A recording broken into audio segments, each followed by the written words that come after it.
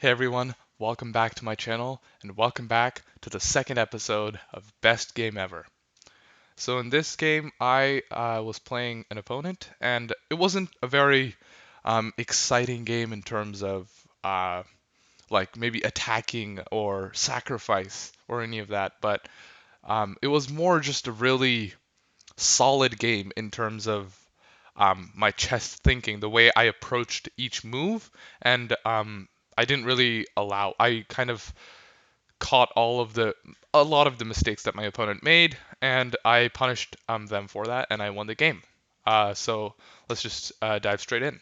So my opponent played e4, I played e5, and they played d3. So obviously this is not a move. I mean it is a move, but it's not the best move. You want to play either knight to f3, which is the normal king's pawn opening, or knight to c3 here, not in this position, but in here you want to play either knight to f3 or maybe knight to c3, Vienna, or maybe Danish. I think this is Danish.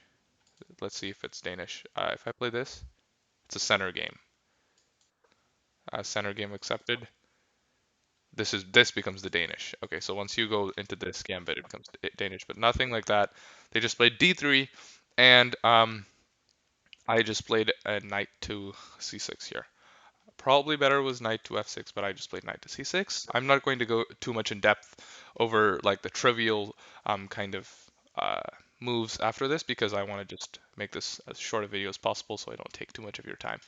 Okay, so I gave this check thinking, okay, I can make their bishop because they probably will play their bishop out instead of their knight because people at this low level don't like to get their um, pawns doubled. I don't either, but I decided to make them put their bishop on a square where it's not as good as it could have been. Like maybe on this square it'd be better. Then I played bishop back here. They moved their knight. I played this to just give myself my bishop some breathing room if in case this happens. Oh, I actually should turn on coordinates again. When I recorded my Blindfold Chess 101 video, I turned off coordinates. How do we turn them back on? Coordinates here. Inside. Excellent. Save. Okay, there we go. So I would just play bishop back to a7 uh, if this happened, if knight to a4 happened. Uh, and so just a couple of moves. Castles, I castle, they play h3, I play bishop to e6, they pin my knight, I play h6, all ordinary stuff so far. And here comes um, the first kind of important thought process here. So I don't want to move my queen again to d8 because if I don't move it to d8, then the knight takes this pawn, which is bad. You shouldn't give people free pawns. So I decided to take the knight, which is generally not um, something that is advised in when people teach chess because you don't want to give up a bishop for a knight because the bishop is long range. It's good attacking power. It's better in endgames generally, though it only covers half of the squares on the board, right? Either the light or the dark squares. But here I decided to give up my light square bishop, and after takes, I played knight to e7, attacking this pawn, right? Because this pawn is now weak. So now they play, to gain a tempo, they play b4, bishop back to a7. Remember, I created that place for my bishop to go. This is a common idea. So uh, I did that. I just put my bishop there, and then now they play c4, defending their pawn on d5. And now I play b5, and this is a common idea as well. I try to undermine the structure of their pawn structure so I can take this pawn if they take here. But in the game, I just decided to capture here so I can take here later because they don't really have a way of defending this pawn. They play rook to c1, attacking my pawn. But if I take here, guess what? My knight actually defends that pawn on c7, so I decided to just take. They played knight d2. I played bishop to b6, adding additional defense here. And then after knight to e4, attacking my queen, I moved it to the side. And then they played bishop to g4, attacking my queen. Now here comes a crucial moment in the game. What do I play? Do I move my queen to e7? Do I move it to e8 maybe? Do I move it here to, like keep it active or something? But maybe there's a danger of it getting trapped. What do I do with my queen? I'll just give you a couple seconds. So those of you who said you should not move your queen, you're correct, because you should not move your queen in this position. In this position, you can block the attack to the queen, and you can there's a tactic here, and that tactic is f5. And you can see now white's pieces are forked. There's a double attack, one on the bishop, one on the knight, and if you move one of the pieces, I take the other one. So here my opponent had to play bishop takes f5, and I played queen takes f5, and then here they played an odd move. They played g4, weakening their king side. But I just moved my queen back. This is probably not the best move. Maybe I could have tried to, since I'm up a piece now, maybe I could go here, right? I can play queen to f3, and I'm offering a trade of queens because my rook supports. And I'm also attacking this undefended h3 pawn. So it would be a really strong move. As well, also, you see that my bishop also looks at this f2 pawn. My queen and rook are looking there. If this knight ever moves, I can play bishop takes f2, check, and that would be kind of nasty as well. But here I play just queen e6. They play queen to b3. And you can see here, this is actually a pin exercised on my queen, because if my knight moves, like there, for example, even though that would be a dumb move, then they could take my queen. So I just play rook to e8, defending. King to h2. I'm not sure. Maybe they thought they could guard their h3 pawn in this way. Um, and then I just offer a trade of knight and a trade of queens. If you see, this queen is pinned to my king, so I'm really just offering a trade of queens here. But they take my oops. They take my knight. I take their knight back with my rook because I can't take with my queen, because that would be hanging my king here, and hanging your king is bad. So I take with my rook, and then they decline the queen trade because they're down a piece. All right, so now I play rook takes f2. Obviously, it's supported by my bishop, so this is just a free pawn. Um, and so after I take the pawn, now there's queen to f3, which is attacking my bishop, and I play rook to f8, defending my bishop. This is called X-ray defense, as uh, Gotham Chess or Levi Rosman calls it. Um, you defend the bishop through the queen, so if the queen ever captures the bishop, you capture the queen, obviously. And then queen to c6, attacking my c7 pawn, uh, and I just played a calm bishop to e3, attacking their rook, so if they take my pawn, I take the rook, which is not good. And then after rook to e1, I played bishop to f4 check. King moved to g2, and this is a blunder. Just putting that out there. Feel free to pause the video here in the famous words of Agad Matar, and see if you can see why this is a blunder.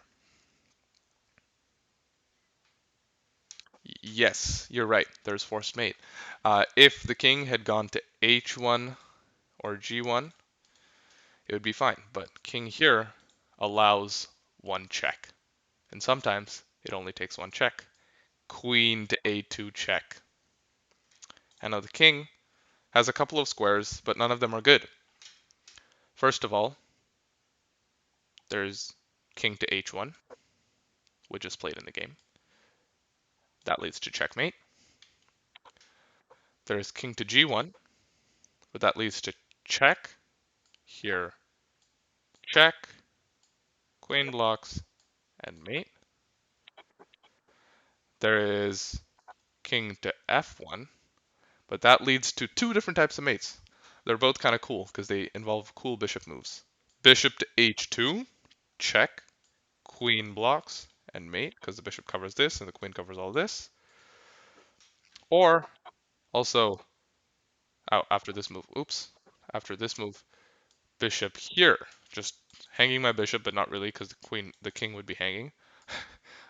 King has only 0 squares, so the queen has to block, because the bishop blocks this. The whole point is the bishop blocks that g1 square, and the queen takes these, so the queen has to block, and this is checkmate. Now there's one more move here. I actually haven't looked at how this is a forced checkmate, so let me see if I can calculate it on the spot.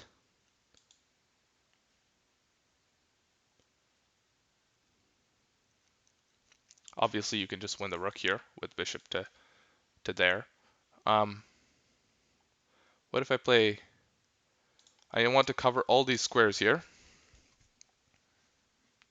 I can play bishop to g3 check. I don't know if this is checkmate, but just look at this. If the bishop is captured, checkmate. I think this is called the dovetail mate. There's this kind of pattern here. Oops. Um, and the king is in checkmate. If the king does not take the bishop, the king is in check. Therefore, and these squares are all taken. The king has to move either here or here. If the king moves here, let's see. There's this check, king here, and then this check, king here, this check. Looks like the king is just running deeper and deeper into our territory here, which is good. Check.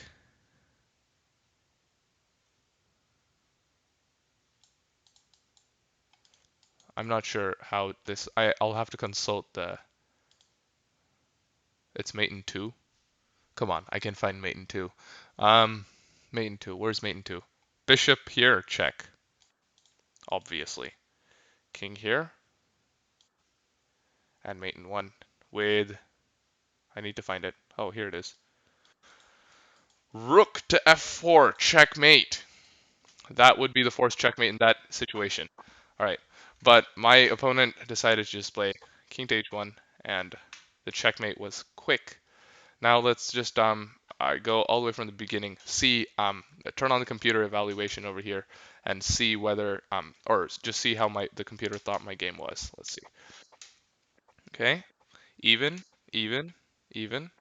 It doesn't like the bishop to b4 naturally because I wouldn't play that now either. Here, okay, okay. Gives black a tiny edge, not really, it's just equal. Um, where does it start giving me an actual edge? Let's see.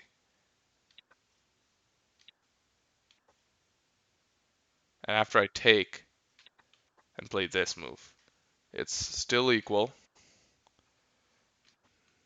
Let's see, c4, b5, takes. Aha! Taking was terrible apparently because they want you to take and take back with the d pawn to fix the structure. And hang on to that pawn, obviously. Here, take was bad. Okay, now I have a 1 point advantage. And now I just take with the knight here, and now I have a 2 point advantage. Okay, it's giving me just a 3 point advantage now, and then this goes up to 5. Okay, because as we saw, this is possible here, and after this move, does it like this move better, or does it like this move better? Let's see. I think they're both fine. Okay, so they're both fine. Okay. And now it gives me 11 points of advantage. What? I probably had some weird thing. Oh, wait, dude. Did I have like bishop takes here? Bishop takes f2? Oh no, I didn't. I didn't have that. I thought somehow I could drag the king into a spot because you see the white queen isn't defended either, right? So I can try to drag the if I could maybe get the white king to go here, for example, then I have knight to f4 check or knight to e3 check, and I just win the queen. But I didn't see that, obviously. Okay, let's see. I have just 7 now. And then now just 5 and 6 because I'm not playing this very accurately. Okay, rook takes. Okay, my opponent goes back and he doesn't like that. Okay, I take. Okay, now it's just giving me... When did it give me forced mate? Oh, forced mate over here. Mate in 9. How didn't I see the mate in 9? Man. Rook to f2 check. No, it's not. That's the wrong one. Okay. Naturally. It wants me to play queen here check immediately. Obviously. And if first, for example, if king goes here, we have the same mate, the dovetail mate here. If the king goes to h1, then we have, what do we have?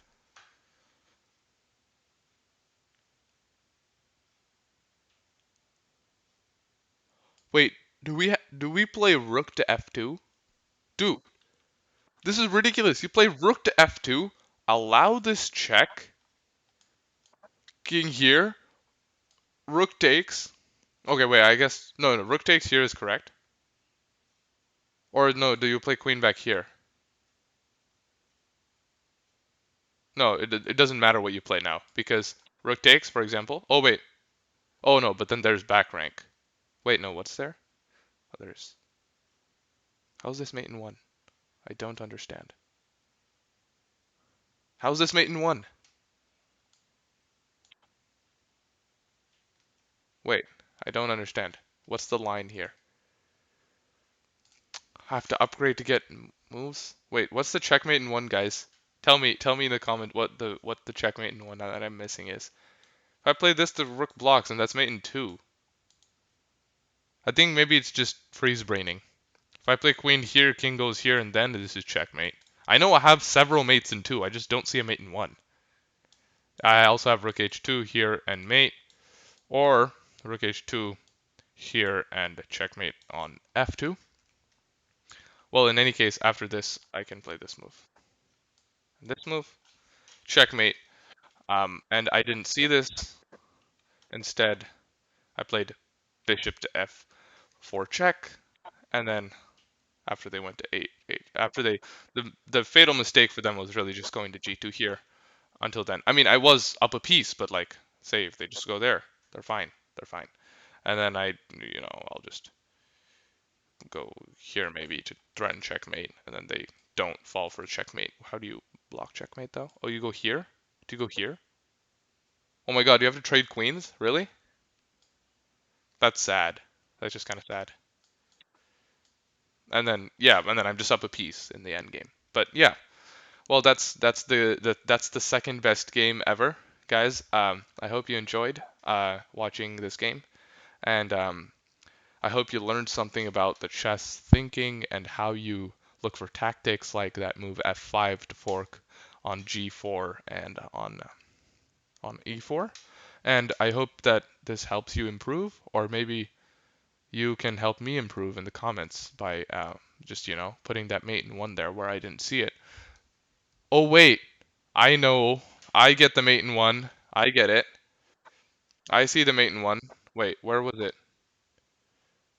Was it here? After here? I know the mate in one. I'm idiot. Uh, Obviously the king can't go here. We discussed that. So the king goes to h1. We have this check and takes. I forgot you can move the rook, and this is checkmate. I am a complete idiot. I don't know how I forgot that you can move the rook. I somehow thought you can only move the queen. Fine. Well, that's okay. That's okay. Okay, now the video is officially over, guys. I hope you enjoyed, and if you did, please like and subscribe and share your comments in the section below, and I'll see you in the next one.